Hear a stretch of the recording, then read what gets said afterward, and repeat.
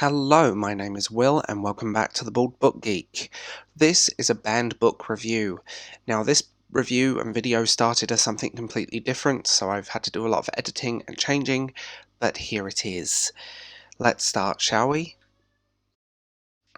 Lolita as a book was written in 1955, and it's probably one of the most beautiful books ever written in terms of language and how it's written. It's also been on many lists and it's considered one of the greatest works of the 20th century. It's been on everything from Time's 100 list of 100 best novels, the books of the century, World Library, and so on. The novel is also notable for being controversial. The protagonist and an unreliable narrator is a middle-aged literature professor under a pseudonym. He is obsessed with a 12-year-old girl, and who he becomes sexually involved with after becoming her stepfather. Lolita is a private nickname for the girl. What surprised me about this book, and I've read it many times in my life, including once for A-level English, is that the book is predominantly a very unreliable narrator. You're never quite sure what is actually happening. It could literally be a fantasy in his head. It's written in predominantly prose, as in there is almost little to no dialogue throughout the book. It's purely a prose of his brain, and that makes it more interesting. That's what I've always picked up on it when I've read it. Like, is this actually happening, or is this not happening? And for some reason, it's an interesting one because a lot of people put this down as an erotic novel. I don't know where that comes from. It's been described as that throughout its classification, and it's really not. I mean, it contains more classical eroticism. Think Lady Chatterley's Lover or Eulogies.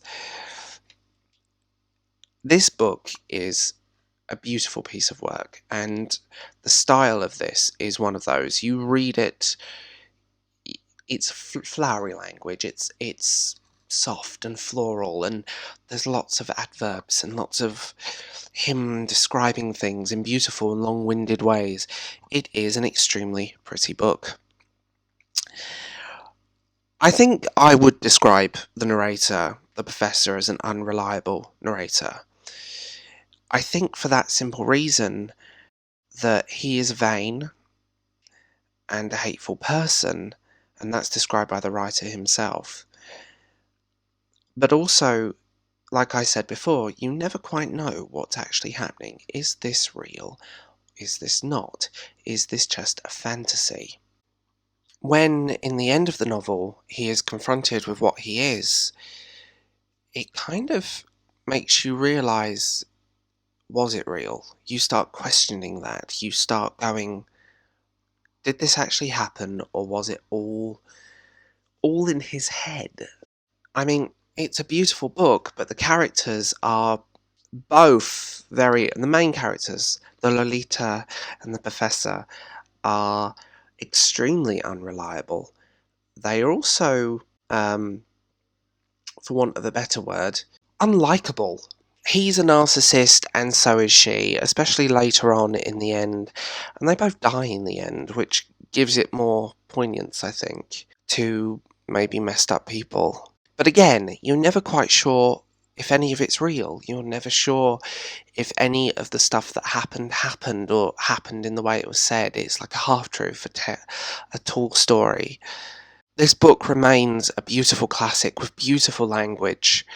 And I want to just put in a side note here.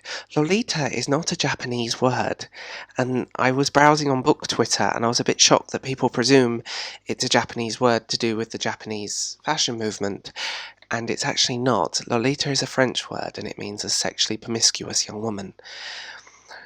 I think if you want to read a book that's challenging, lets you make up your own mind, read Lolita. It's not necessarily easy reading, especially with its style and its prose, but it's a beautiful beautiful book once you get into it and once you kind of switch your brain off and get into the language. The flowery language is very heavy. It's challenging, it's beautiful, and it's a 4.5 out of 5 for me.